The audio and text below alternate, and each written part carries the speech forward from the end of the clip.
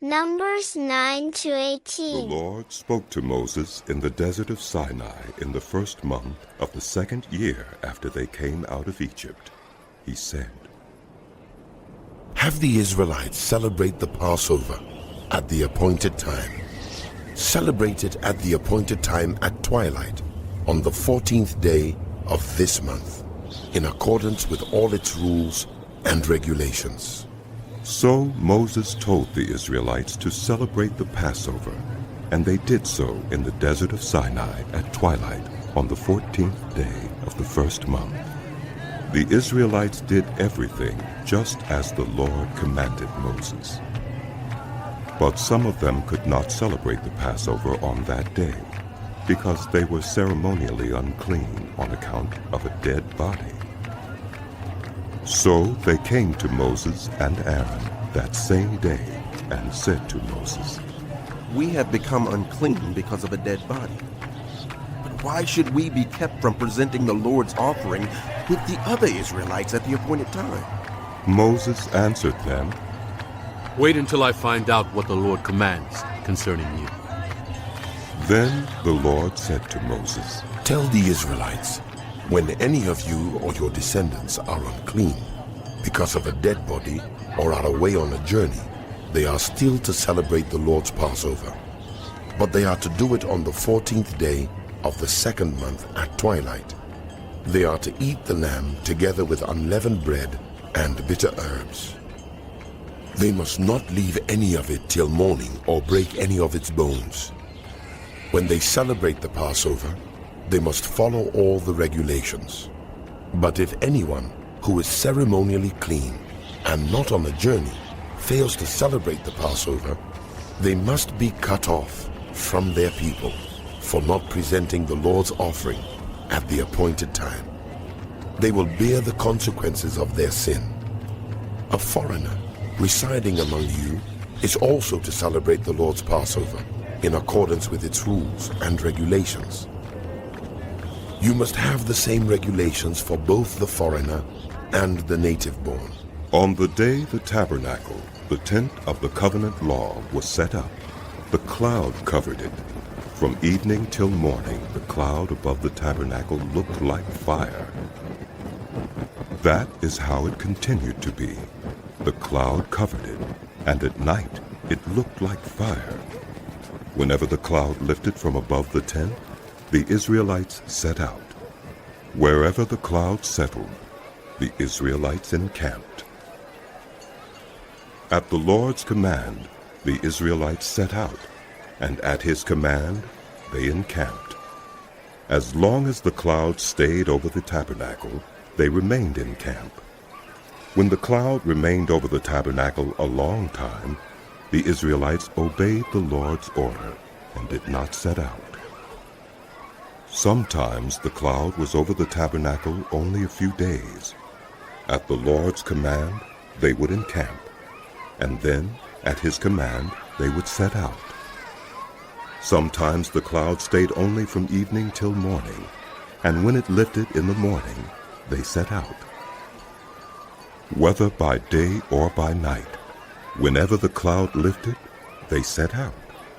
Whether the cloud stayed over the tabernacle for 2 days, or a month, or a year, the Israelites would remain in camp and not set out. But when it lifted, they would set out. At the Lord's command they encamped, and at the Lord's command they set out. They obeyed the Lord's order in accordance with his command. The Lord said to Moses, Make 2 trumpets of hammered silver, and use them for calling the community together, and for having the camps set out. When both are sounded, the whole community is to assemble before you at the entrance to the tent of meeting. If only one is sounded, the leaders, the heads of the clans of Israel, are to assemble before you. When a trumpet blast is sounded, the tribes camping on the east are to set out. At the sounding of a second blast, the camps on the south are to set out. The blast will be the signal for setting out. To gather the assembly, blow the trumpets, but not with the signal for setting out. The sons of Aaron, the priests, are to blow the trumpets. This is to be a lasting ordinance for you and the generations to come. When you go into battle in your own land against an enemy who is oppressing you, sound a blast on the trumpets. Then you will be remembered by the Lord your God and rescued from your enemies. Also, at your times of rejoicing, your appointed festivals and new moon feasts, you are to sound the trumpets over your burnt offerings and fellowship offerings, and they will be a memorial for you before your God. I am the Lord your God. On the 20th day of the 2nd month of the 2nd year, the cloud lifted from above the tabernacle of the covenant law. Then the Israelites set out from the desert of Sinai and traveled from place to place until the cloud came to rest in the desert of Paran. They set out this first time at the Lord's command through Moses. The divisions of the camp of Judah went first, under their standard. Nashon, son of Amminadab, was in command. Nethanel, son of Zurah, was over the division of the tribe of Issachar. And Eliab, son of Helon, was over the division of the tribe of Zebulun. Then the tabernacle was taken down, and the Gershonites and Merarites who carried it set out. The divisions of the camp of Reuben went next under their standard. Elizur, son of Shedeur, was in command. Shelumiel, son of Zurishaddai, was over the division of the tribe of Simeon. And Eliasaph, son of Duel, was over the division of the tribe of Gad. Then the Kohathites set out, carrying the holy things. The tabernacle was to be set up before they arrived. The divisions of the camp of Ephraim went next under their standard. Elishama, son of Ammiad, was in command. Gamaliel, son of Pedazur, was over the division of the tribe of Manasseh, and Abidan, son of Gideoni, was over the division of the tribe of Benjamin. Finally, as the rear guard for all the units, the divisions of the camp of Dan set out under their standard. Ahiezer, son of Ammishaddai, was in command. Pagiel, son of Ochran, was over the division of the tribe of Asher, and Ahira, son of Enan, was over the division of the tribe of Naphtali. This was the order of march for the Israelite divisions as they set out. Now Moses said to Hobab, son of Reuel the Midianite, Moses' father-in-law, We are setting out for the place about which the Lord said, I will give it to you. Come with us, and we will treat you well, for the Lord has promised good things to Israel. He answered, No, I will not go. I am going back to my own land and my own people. But Moses said, Please, do not leave us. You know where we should camp in the wilderness, and you can be our eyes. If you come with us, we will share with you whatever good things the Lord gives us. So they set out from the mountain of the Lord and traveled for 3 days. The ark of the covenant of the Lord went before them during those 3 days to find them a place to rest. The cloud of the Lord was over them by day when they set out from the camp. Whenever the ark set out, Moses said, Rise up, Lord. May your enemies be scattered. May your foes flee before you. Whenever it came to rest, he said, Return, Lord, to the Now countless the people thousands. complained about their hardships in the hearing of the Lord, and when he heard them, his anger was aroused. Then fire from the Lord burned among them and consumed some of the outskirts of the camp. When the people cried out to Moses, he prayed to the Lord, and the fire died down. So that place was called Taberah, because fire from the Lord had burned among them. The rabble with them began to crave other food, and again the Israelites started wailing and said, If only we had meat to eat. We remember the fish we ate in Egypt at no cost. Also the cucumbers, melons, leeks, onions, and garlic. But now we have lost our appetite. We never see anything but this manna. manna was like coriander seed and looked like resin. People went around gathering it and then ground it in a hand mill or crushed it in a mortar. They cooked it in a pot or made it into loaves.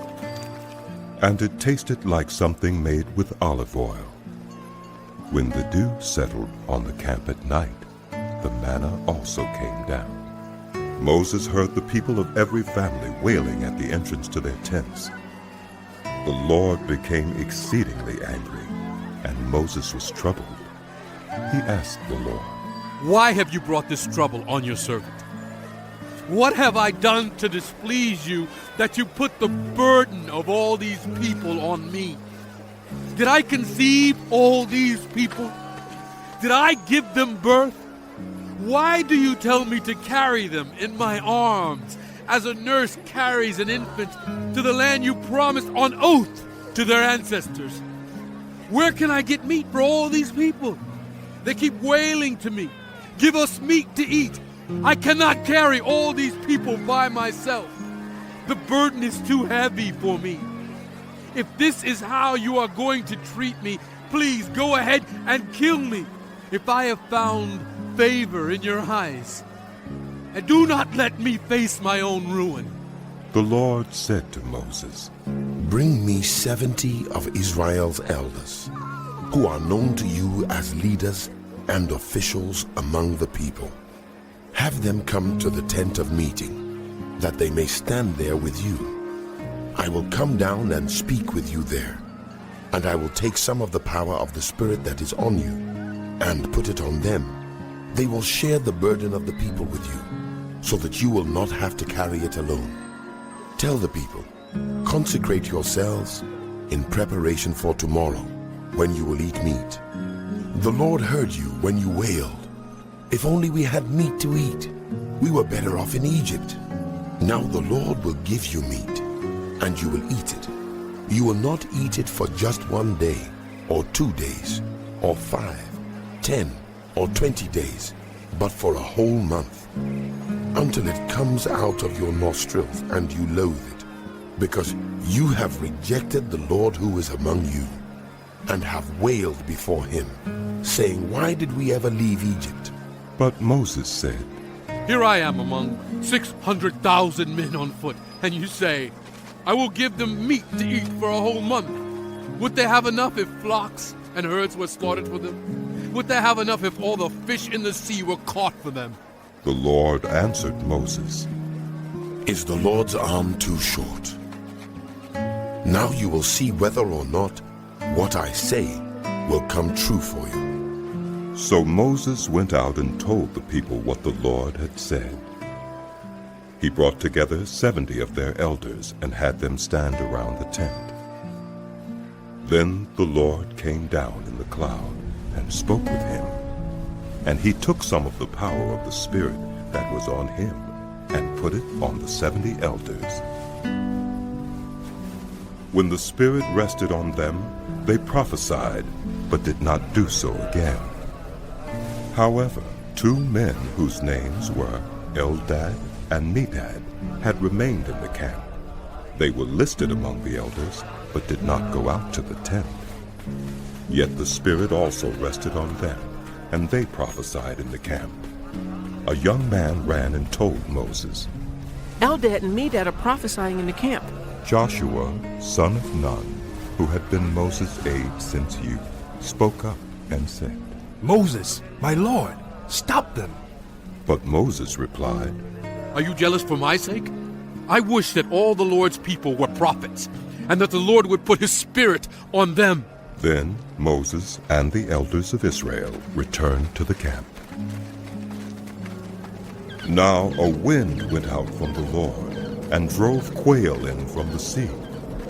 It scattered them up to 2 cubits deep all around the camp, as far as a day's walk in any direction. All that day and night, and all the next day, the people went out and gathered quail. No one gathered less than 10 homers. Then they spread them out all around the camp. But while the meat was still between their teeth, and before it could be consumed, The anger of the Lord burned against the people, and he struck them with a severe plague. Therefore the place was named Kibroth Hattaavah, because there they buried the people who had craved other food. From Kibroth Hattaavah the people traveled to Huzireth, and Miriam and Aaron began to talk against Moses because of his Cushite wife, for he had married a Cushite. Has the Lord spoken only through Moses? They asked. Hasn't he also spoken through us? And the Lord heard this. Now Moses was a very humble man, more humble than anyone else on the face of the earth. At once the Lord said to Moses, Aaron, and Miriam, Come out to the tent of meeting, all three of you.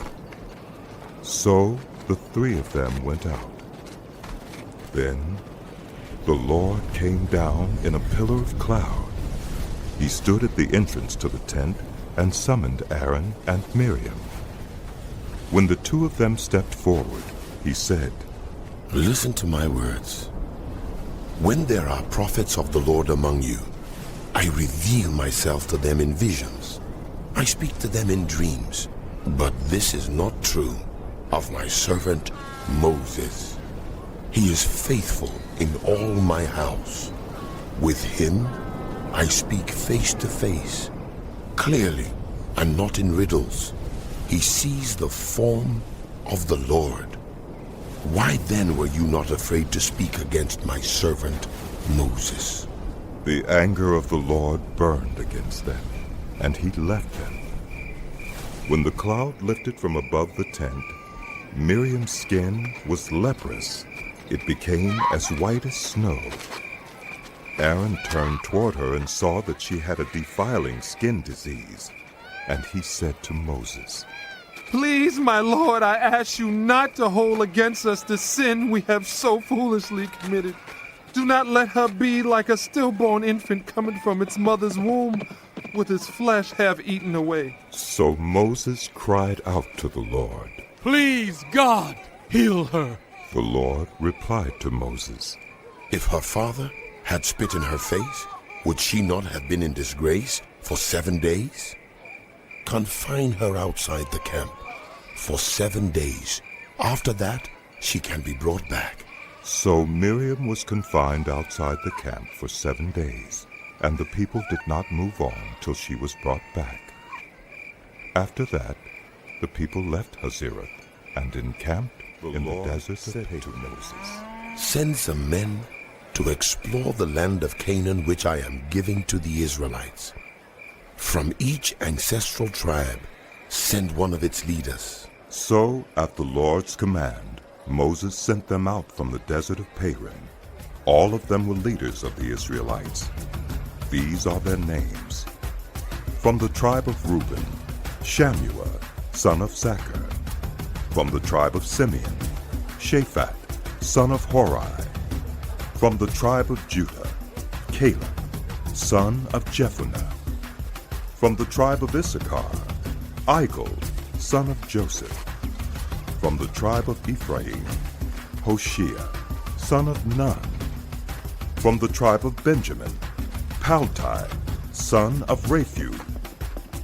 From the tribe of Zebulun, Gadiel, son of Sodai. From the tribe of Manasseh, a tribe of Joseph, Gadai, son of Susai. From the tribe of Dan, Amiel, son of Gemalli. From the tribe of Asher, Sether, son of Michael. From the tribe of Naphtali, Nabai, son of Vaphsi. From the tribe of Gad, Guel, son of Machi. These are the names of the men Moses sent to explore the land. Moses gave Hoshea, son of Nun, the name Joshua. When Moses sent them to explore Canaan, he said, Go up through the Negev and on into the hill country. See what the land is like and whether the people who live there are strong or weak, few or many. What kind of land do they live in? Is it good or bad? What kind of towns do they live in? Are they unwalled or fortified? How is the soil? Is it fertile or poor? Are there trees in it or not? Do your best to bring back some of the fruit of the land. It was the season for the first ripe grapes. So they went up and explored the land from the desert of Zin as far as Rehob, toward Lebo-Hamath. They went up through the Negev and came to Hebron, where Ahiman, Shishai, and Talmai, the descendants of Anak, lived. Hebron had been built 7 years before Zoan in Egypt. When they reached the valley of Eshcol, they cut off a branch bearing a single cluster of grapes. 2 of them carried it on a pole between them, along with some pomegranates and figs. That place was called the Valley of Eshcol, because of the cluster of grapes the Israelites cut off there. At the end of 40 days they returned from exploring the land. They came back to Moses and Aaron and the whole Israelite community at Kadesh in the desert of Paran. There they reported to them and to the whole assembly and showed them the fruit of the land. They gave Moses this account. We went into the land to which you sent us, and it does flow with milk and honey. Here is its fruit. But the people who live there are powerful, and the cities are fortified and very large. We even saw descendants of Anak there. The Amalekites live in the Negev. The Hittites, Jebusites, and Amorites live in the hill country, and the Canaanites live near the sea and along the Jordan. Then Caleb silenced the people before Moses and said, We should go up and take possession of the land, for we can certainly do it. But the men who had gone up with him said, We can't attack those people. They are stronger than we are. And they spread among the Israelites a bad report about the land they had explored. They said, The land we explored devours those living in it. All the people we saw there are of great size. We saw the Nephilim there. The descendants of Anak come from the Nephilim. We seem like grasshoppers in our own eyes, and all the members of the community raised their voices and wept aloud. All the Israelites grumbled against Moses and Aaron, and the whole assembly said to them, If only we had died in Egypt, or in this wilderness. Why is the Lord bringing us to this land only to let us fall by the sword? Our wives and children will be taken as plunder. Wouldn't it be better for us to go back to Egypt? And they said to each other, We should choose a leader and go back to Egypt. Then Moses and Aaron fell face down in front of the whole Israelite assembly gathered there.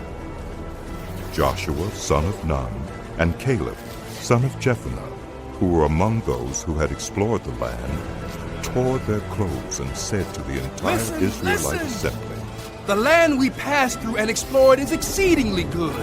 If the Lord is pleased with us, he will lead us into that land, a land flowing with milk and honey, and will give it to us.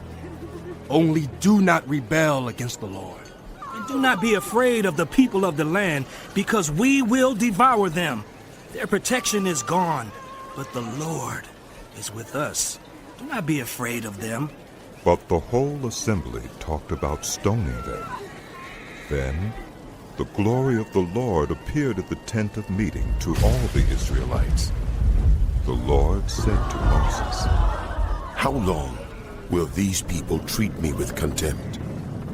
How long will they refuse to believe in me, in spite of all the signs I have performed among them?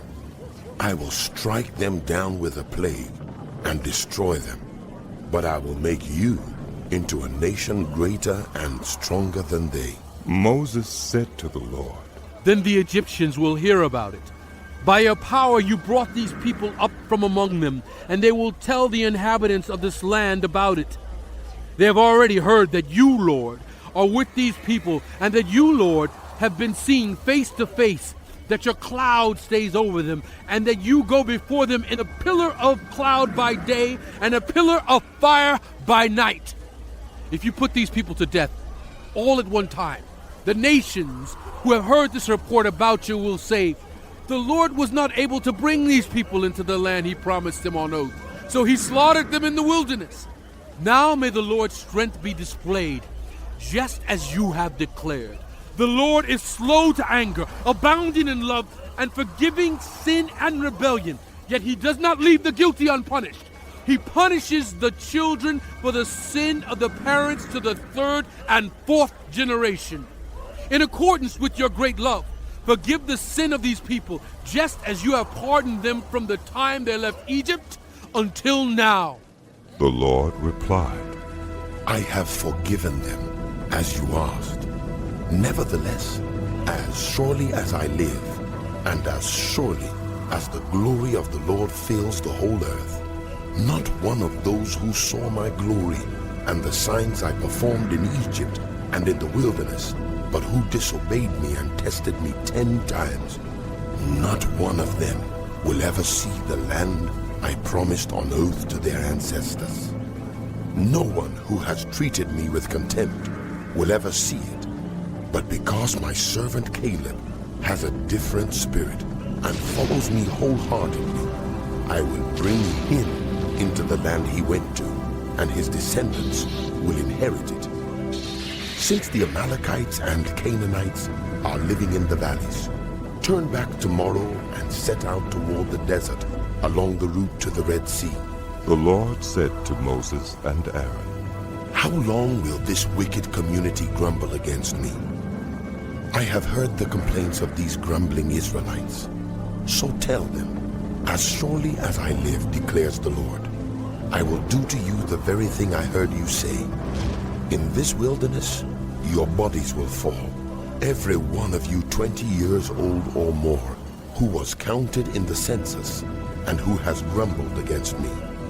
Not one of you will enter the land I swore with uplifted hand to make your home, except Caleb, son of Jephunneh, and Joshua, son of Nun. As for your children, that you said would be taken as plunder, I will bring them in to enjoy the land you have rejected. But you, your bodies will fall in this wilderness.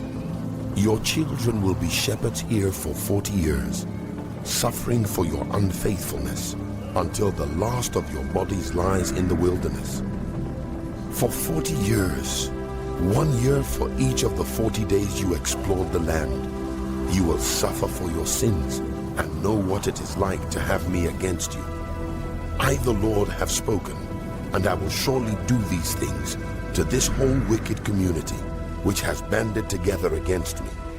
They will meet their end in this wilderness.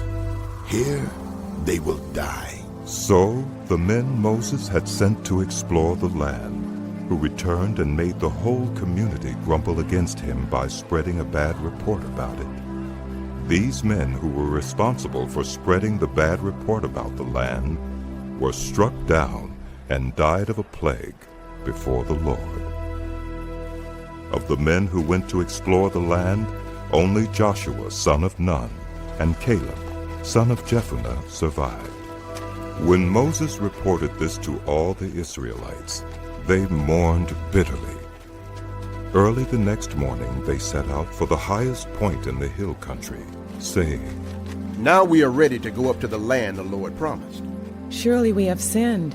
But Moses said, Why are you disobeying the Lord's command? This will not succeed. Do not go up, because the Lord is not with you. You will be defeated by your enemies, for the Amalekites and Canaanites will face you there, because you have turned away from the Lord. He will not be with you, and you will fall by the sword. Nevertheless, in their presumption, they went up toward the highest point in the hill country, though neither Moses nor the ark of the Lord's covenant moved from the camp. Then the Amalekites and Canaanites who lived in that hill country came down and attacked them and beat them down all the way.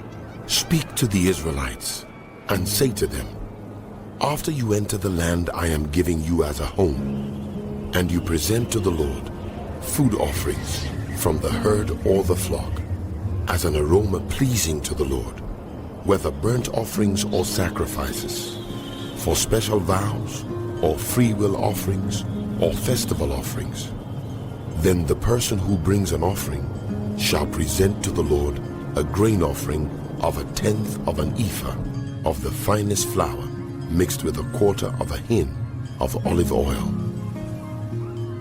With each lamb for the burnt offering or the sacrifice, prepare 1/4 of a hin of wine as a drink offering. With a ram, prepare a grain offering of 2/10 of an ephah of the finest flour mixed with 1/3 of a hin of olive oil and 1/3 of a hin of wine as a drink offering. Offer it as an aroma pleasing to the Lord. When you prepare a young bull as a burnt offering or sacrifice for a special vow or a fellowship offering to the Lord, bring with the bull a grain offering of 3/10 of an ephah of the finest flour mixed with 1/2 a hin of olive oil, and also bring 1/2 a hin of wine as a drink offering. This will be a food offering, an aroma pleasing to the Lord. Each bull or ram, each lamb or young goat is to be prepared in this manner. Do this for each one, for as many as you prepare. Everyone who is native born must do these things in this way when they present a food offering as an aroma pleasing to the Lord. For the generations to come, whenever a foreigner or anyone else living among you presents a food offering as an aroma pleasing to the Lord, they must do exactly as you do. The community is to have the same rules for you and for the foreigner residing among you. This is a lasting ordinance for the generations to come. You and the foreigner shall be the same before the Lord. The same laws and regulations will apply both to you and to the foreigner residing among you. The Lord said to Moses, Speak to the Israelites and say to them, when you enter the land to which I am taking you, and you eat the food of the land, present a portion as an offering to the Lord. Present a loaf from the first of your ground meal, and present it as an offering from the threshing floor. Throughout the generations to come, you are to give this offering to the Lord from the first of your ground meal. Now, if you as a community unintentionally fail to keep any of these commands the Lord gave Moses, any of the Lord's commands to you through him, from the day the Lord gave them and continuing through the generations to come, and if this is done unintentionally without the community being aware of it, then the whole community is to offer a young bull for a burnt offering as an aroma pleasing to the Lord, along with its prescribed grain offering and drink offering, and a male goat for a sin offering. The priest is to make atonement for the whole Israelite community, and they will be forgiven, for it was not intentional, and they have presented to the Lord for their wrong a food offering and a sin offering. The whole Israelite community and the foreigners residing among them will be forgiven, because all the people were involved in the unintentional wrong. But if just one person sins unintentionally, that person must bring a year-old female goat for a sin offering. The priest is to make atonement before the Lord for the one who erred by sinning unintentionally, and when atonement has been made for them, they will be forgiven.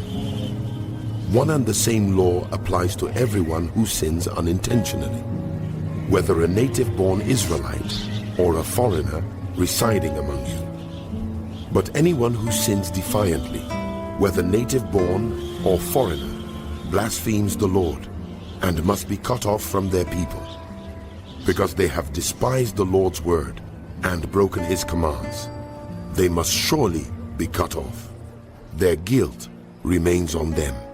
While the Israelites were in the wilderness, a man was found gathering wood on the Sabbath day. Those who found him gathering wood brought him to Moses and Aaron and the whole assembly. And they kept him in custody because it was not clear what should be done to him. Then the Lord said to Moses, The man must die. The whole assembly must stone him outside the camp. So the assembly took him outside the camp and stoned him to death, as the Lord commanded Moses. The Lord said to Moses, "Speak to the Israelites and say to them, throughout the generations to come, you are to make tassels on the corners of your garments, with a blue cord on each tassel. You will have these tassels to look at, and so you will remember all the commands of the Lord, that you may obey them, and not prostitute yourselves by chasing after the lusts of your own hearts and eyes. Then you will remember to obey all my commands, and will be consecrated to your God. I am the Lord your God, who brought you out of Egypt to be your God. I am son the of Lord." Ishar, the son of Kohath, the son of Levi, and certain Reubenites, Dathan and Abiram, sons of Eliab, and On, son of Peleth, became insolent and rose up against Moses. With them were 250 Israelite men, well-known community leaders who had been appointed members of the council. They came as a group to oppose Moses and Aaron, and said to them, "You have gone too far. The whole community is holy, every one of them, and the Lord is with them. Why then do you set yourselves above the Lord's assembly?" When Moses heard this, he fell face down. Then he said to Korah and all his followers, In the morning the Lord will show who belongs to him and who is holy, and he will have that person come near him. The one he chooses he will cause to come near him. You, Korah, and all your followers are to do this. Take censers and tomorrow put burning coals and incense in them before the Lord. The man the Lord chooses will be the one who is holy. You Levites have gone too far. Moses also said to Korah, Now listen, you Levites. Isn't it enough for you that the God of Israel has separated you from the rest of the Israelite community and brought you near himself to do the work at the Lord's tabernacle and to stand before the community and minister to them? He has brought you and all your fellow Levites near himself, but now you are trying to get the priesthood too. It is against the Lord that you and all your followers have banded together. Who is Aaron that you should grumble against him? Then Moses summoned Dathan and Abiram, the sons of Eliab. But they said, "We will not come. Isn't it enough that you have brought us up out of a land flowing with milk and honey to kill us in the wilderness, and now you also want to lord it over us? Moreover, you haven't brought us into a land flowing with milk and honey, or given us an inheritance of fields and vineyards. Do you want to treat these men like slaves? No, we will not come." Then Moses became very angry and said to the Lord, Do not accept their offering. I have not taken so much as a donkey from them, nor have I wronged any of them. Moses said to Korah, You and all your followers are to appear before the Lord tomorrow. You and they and Aaron. Each one is to take his censer and put incense in it. 250 censers in all, and present it before the Lord. You and Aaron are to present your censers also. So each one took his censer, put burning coals and incense in it, and stood with Moses and Aaron at the entrance to the tent of meeting. When Korah had gathered all his followers in opposition to them at the entrance to the tent of meeting, the glory of the Lord appeared to the entire assembly. The Lord said to Moses and Aaron, "Separate yourselves from this assembly, so I can put an end to them at once." But Moses and Aaron fell face down and cried out, Oh God, God of every human spirit, will you be angry with the entire assembly when only one man sins? Then the Lord said to Moses, "Say to the assembly, move away from the tents of Korah, Dathan, and Abiram." Moses got up and went to Dathan and Abiram, and the elders of Israel followed him. He warned the assembly, Move back from the tents of these wicked men. Do not touch anything belonging to them, or you will be swept away because of all their sins. So they moved away from the tents of Korah, Dathan, and Abiram. Dathan and Abiram had come out and were standing with their wives, children, and little ones at the entrances to their tents. Then Moses said, "This is how you will know that the Lord has sent me to do all these things, and that it was not my idea. If these men die a natural death and suffer the common fate of all human beings, then the Lord has not sent me. But if the Lord brings about something totally new, and the earth opens its mouth and swallows them with everything that belongs to them, and they go down alive into the realm of the dead, then you will know that these men have treated the Lord with contempt." As soon as he finished saying all this, the ground under them split apart, and the earth opened its mouth and swallowed them and their households, and all those associated with Korah, together with their possessions. They went down alive into the realm of the dead with everything they owned.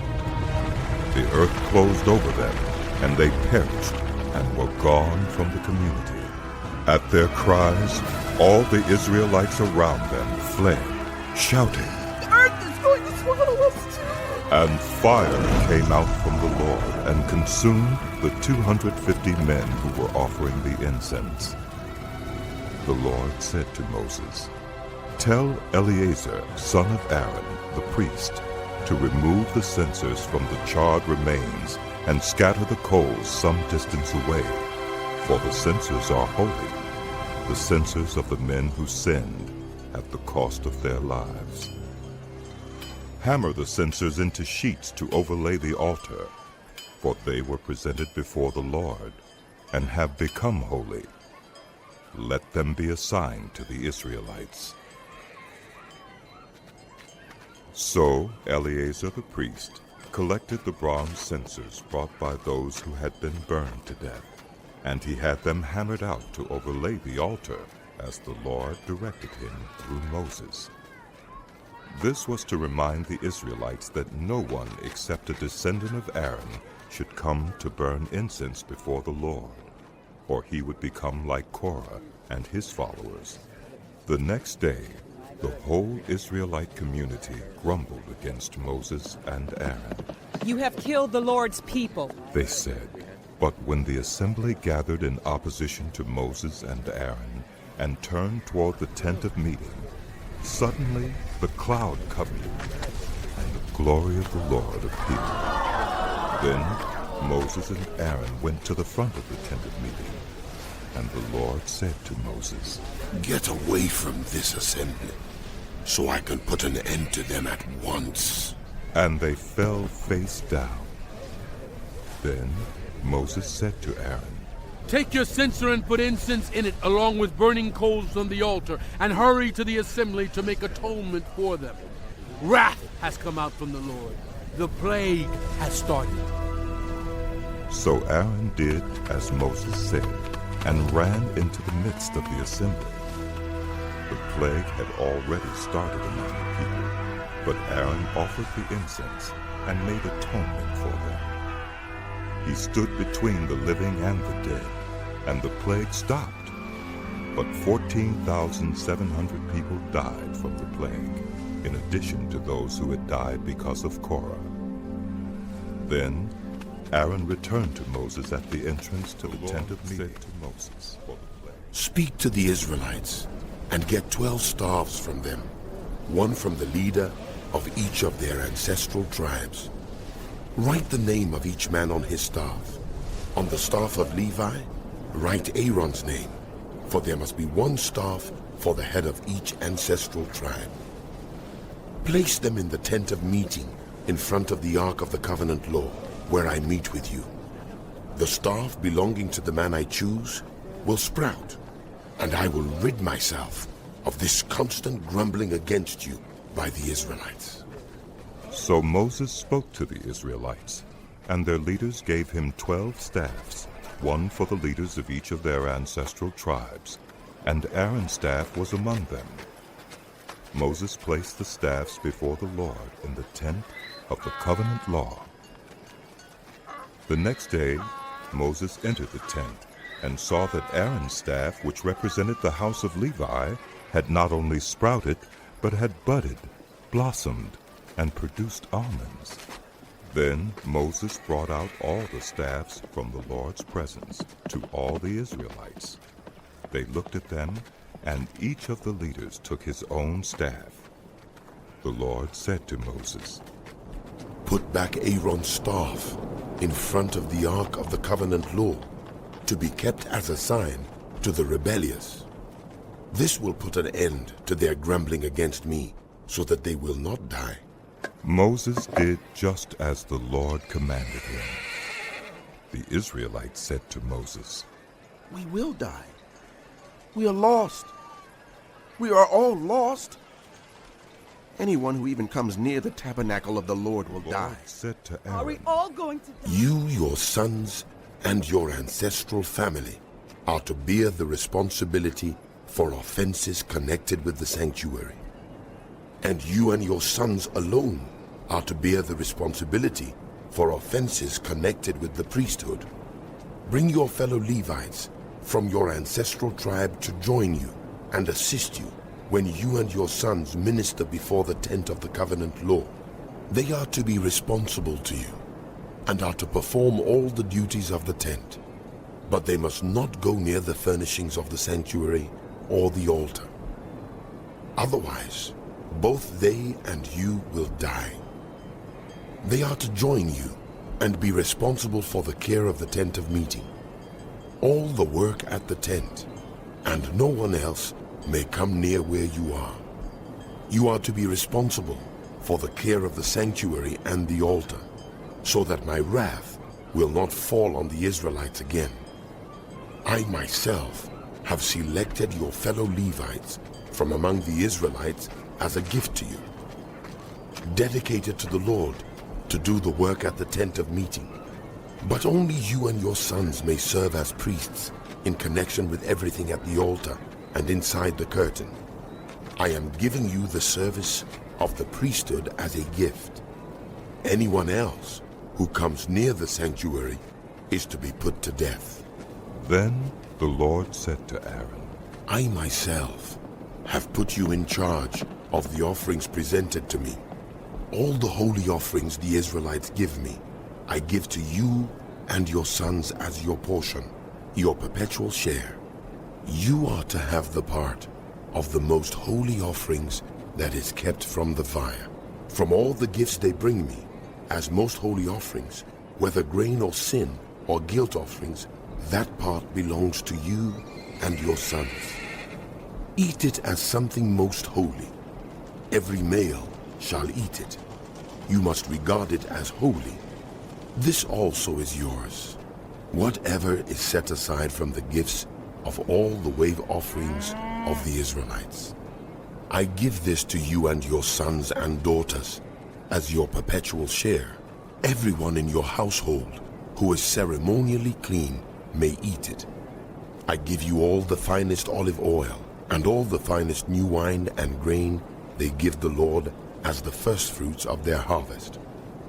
All the land's firstfruits that they bring to the Lord will be yours.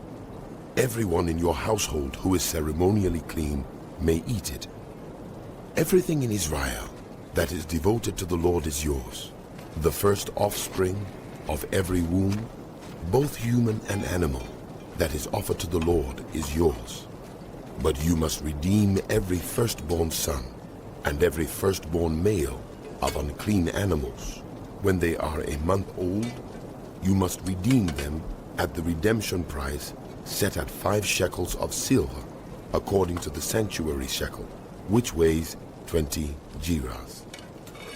But you must not redeem the firstborn of a cow, a sheep, or a goat. They are holy. Splash their blood against the altar and burn their fat as a food offering, an aroma pleasing to the Lord. Their meat is to be yours, just as the breast of the wave offering and the right thigh are yours. Whatever is set aside from the holy offerings the Israelites present to the Lord, I give to you and your sons and daughters as your perpetual share. It is an everlasting covenant of salt before the Lord, for both you and your offspring. The Lord said to Aaron, You will have no inheritance in their land, nor will you have any share among them. I am your share and your inheritance among the Israelites.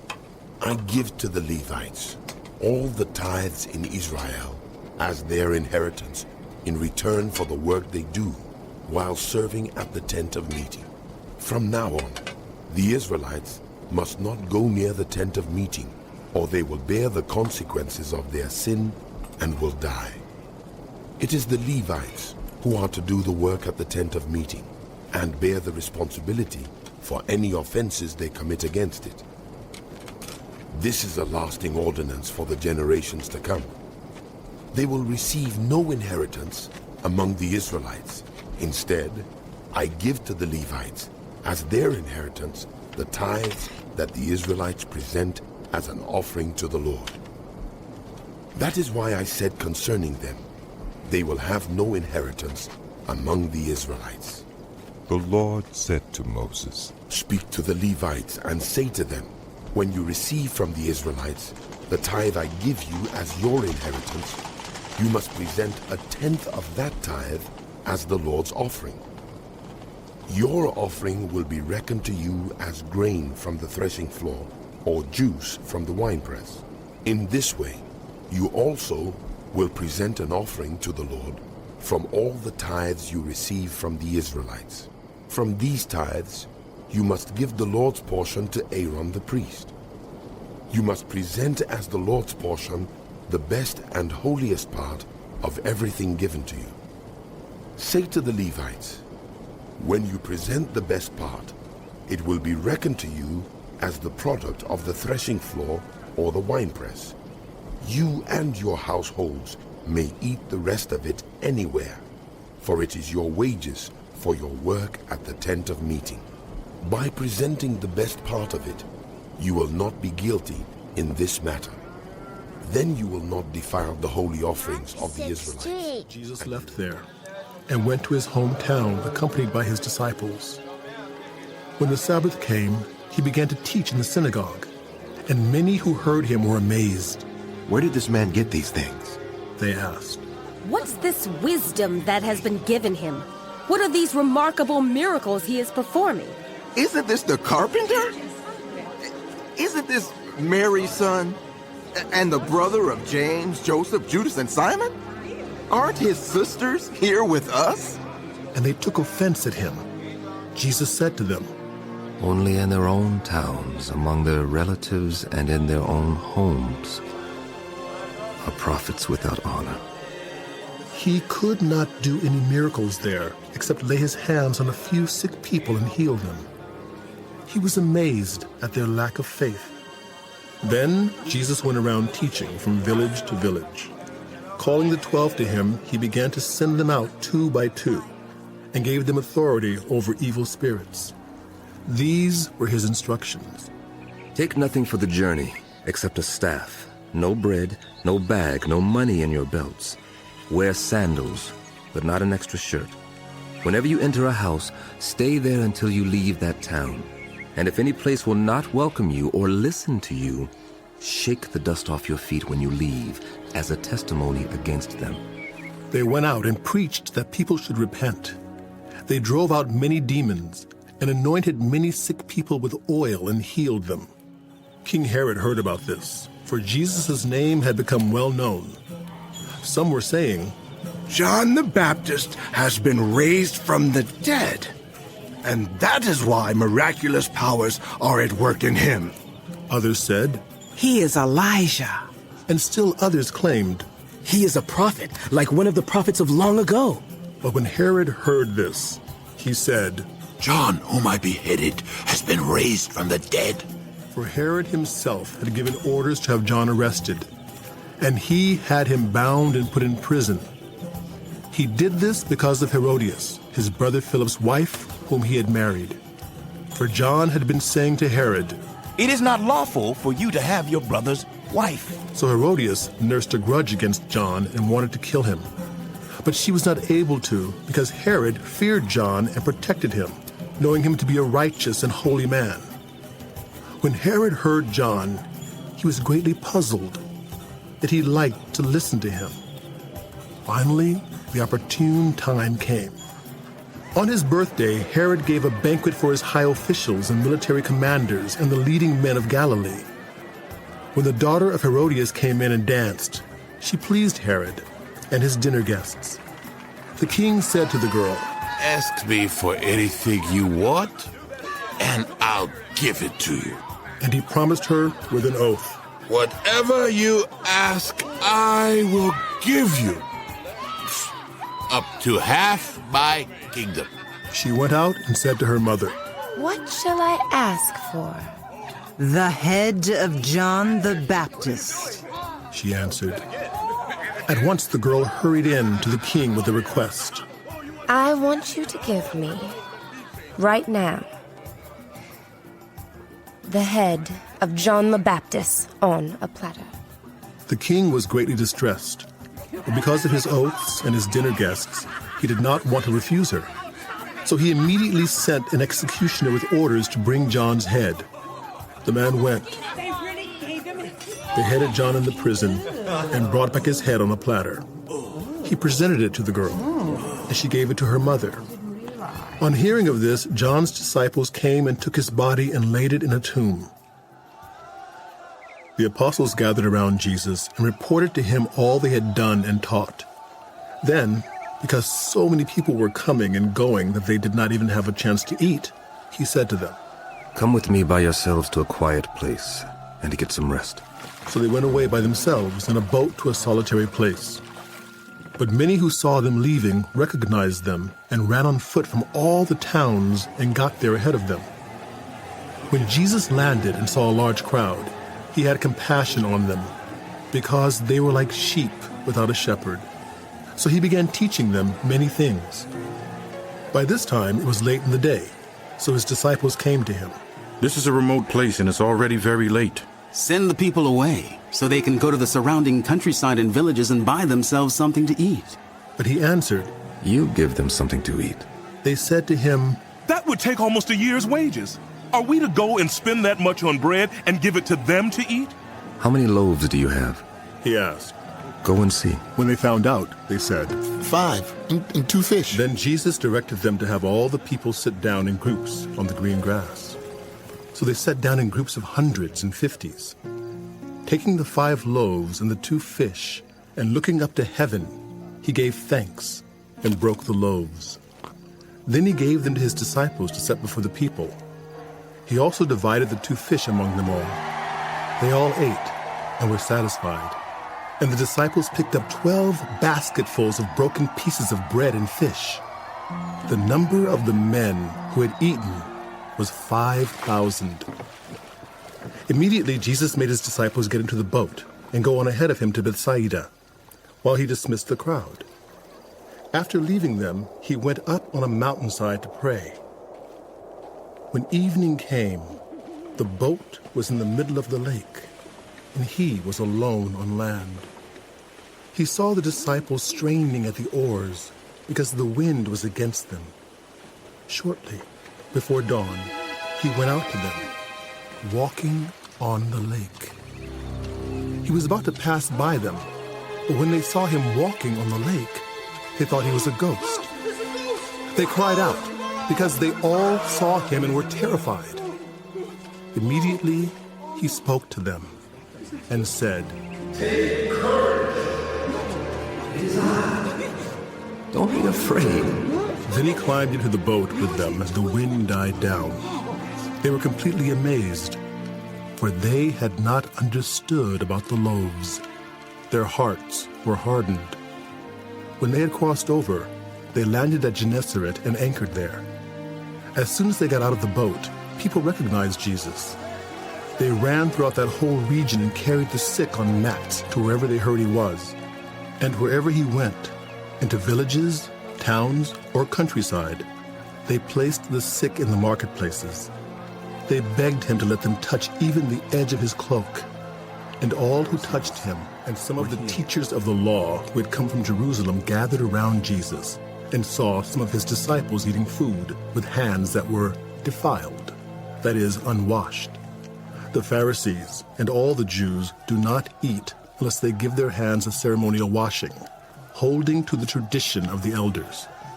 When they come from the marketplace, they do not eat unless they wash, and they observe many other traditions such as the washing of cups, pitchers, and kettles. So the Pharisees and teachers of the law asked Jesus, "Why don't your disciples live according to the tradition of the elders instead of eating their food with defiled hands?" He replied, Isaiah was right when he prophesied about you hypocrites. As it is written, "These people honor me with their lips, but their hearts are far from me. They worship me in vain. Their teachings are merely human rules." You have let go of the commands of God and are holding on to human traditions. And he continued, You have a fine way of setting aside the commands of God in order to observe your own traditions. For Moses said, "Honor your father and mother, and anyone who curses their father or mother is to be put to death." But you say that if anyone declares that what might have been used to help their father or mother is Corban, that is, devoted to God, then you no longer let them do anything for their father or mother. Thus, you nullify the word of God by your tradition that you have handed down, and you do many things like that. Again, Jesus called the crowd to him and said, Listen to me, everyone, and understand this. Nothing outside you can defile you by going into you. Rather, it is what comes out of you that defiles you. After he had left the crowd and entered the house, his disciples asked him about this parable. Are you so dull? He asked. Don't you see that nothing that enters you from the outside can defile you? For it doesn't go into your heart, but into your stomach, and then out of your body. In saying this, Jesus declared all foods clean. He went on. What comes out of you is what defiles you. For from within, out of your hearts, come evil thoughts, sexual immorality, theft, murder, adultery, greed, malice, deceit, lewdness, envy, slander, arrogance, and folly. All these evils come from inside and defile you. Jesus left that place and went to the vicinity of Tyre. He entered a house and did not want anyone to know it, yet he could not keep his present secret. In fact, as soon as she heard about him, a woman whose little daughter was possessed by an evil spirit came and fell at his feet. The woman was a Greek, born in Syrian Phoenicia. She begged Jesus to drive the demon out of her daughter. First, let the children eat all they want. For it is not right to take the children's bread and toss it to the dogs. Oh, Lord. Even the dogs under the table eat the children's crumbs. Then he told her, For such a reply you may go. The demon has left your daughter. She went home and found her child lying on the bed and the demon gone. Then Jesus left the vicinity of Tyre and went through Sidon down to the Sea of Galilee and into the region of the Decapolis. There some people brought to him a man who was deaf and could hardly talk, and they begged Jesus to place his hand on him. After he took him aside, away from the crowd, Jesus put his fingers into the man's ears. Then he spit and touched the man's tongue. He looked up to heaven and with a deep sigh said to him,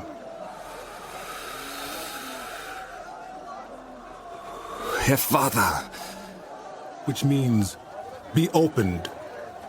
At this, the man's ears were opened, his tongue was loosened, and he began to speak plainly. Jesus commanded them not to tell anyone, but the more he did so, the more they kept talking about it. People were overwhelmed with amazement. He has done everything well, they said. He even makes the deaf hear. Another large crowd gathered. Since they had nothing to eat, Jesus called his disciples to him and said, I have compassion for these people. They have already been with me 3 days and have nothing to eat. If I send them home hungry, they will collapse on the way, because some of them have come a long distance. His disciples answered, But where in this remote place can anyone get enough bread to feed them? How many loaves do you have? Jesus asked. 7. They replied. He told the crowd to sit down on the ground. When he had taken the 7 loaves and given thanks, he broke them and gave them to his disciples to set before the people, and they did so. They had a few small fish as well. He gave thanks for them also, and told the disciples to distribute them. The people ate and were satisfied. Afterward, the disciples picked up 7 basketfuls of broken pieces that were left over. About 4,000 were present. And having sent them away, he got into the boat with his disciples and went to the region of Dalmanutha. The Pharisees came and began to question Jesus. To test him, they asked him for a sign from heaven. He sighed deeply and said, Why does this generation ask for a sign? Truly, I tell you, no sign will be given to it. Then he left them, got back into the boat, and crossed to the other side. The disciples had forgotten to bring bread, except for 1 loaf they had with them in the boat. Be careful, Jesus warned them. Watch out for the yeast of the Pharisees and that of Herod. They discussed this with one another and said, It is because we have no bread. Aware of their discussion, Jesus asked them, Why are you talking about having no bread?